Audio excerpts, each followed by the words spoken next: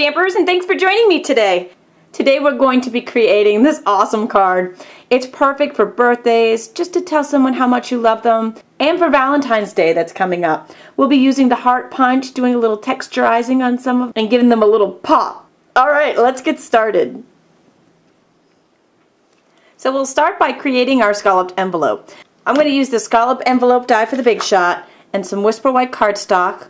We'll just layer that right on top. Make a sandwich out of 2 cutting pads. Place that on the big shot and roll it through. And when we're done, voila! I love that. Next I'll be taking Love You Much from the Well Scripted stamp set and some old olive ink. You want to make sure you don't stamp it upside down. Stamp that right on the bottom flat. We'll use some Stampin' Up! Mini glue dots. These come in a little roll, and we'll just attach that right to the top there. That was pretty easy, huh? That will stick right onto our rose red piano, and we'll just use some snail to stick that down. Put it at a little bit of an angle. Next I'm going to take the mat and the punch template from the mat pack and align this right up. Then we'll just take the paper piercer and just pop the holes right in the template so they're lined up perfectly. Go right along that edge.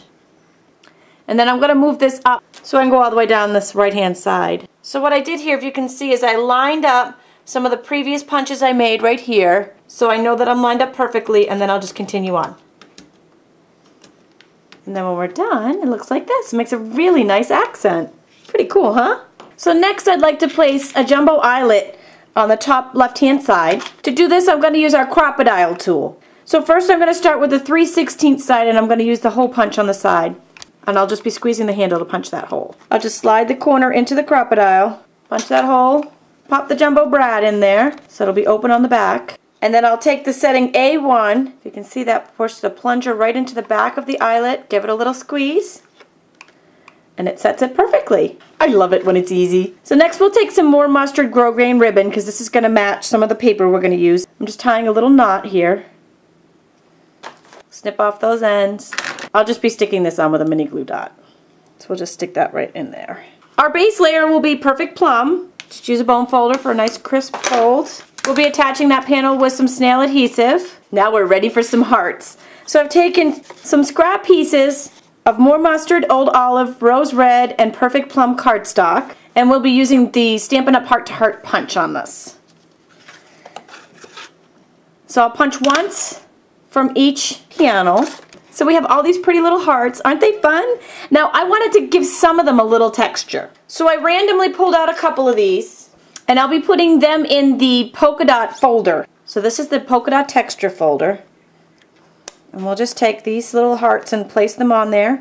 We'll put that folder in between 2 cutting pads like a sandwich.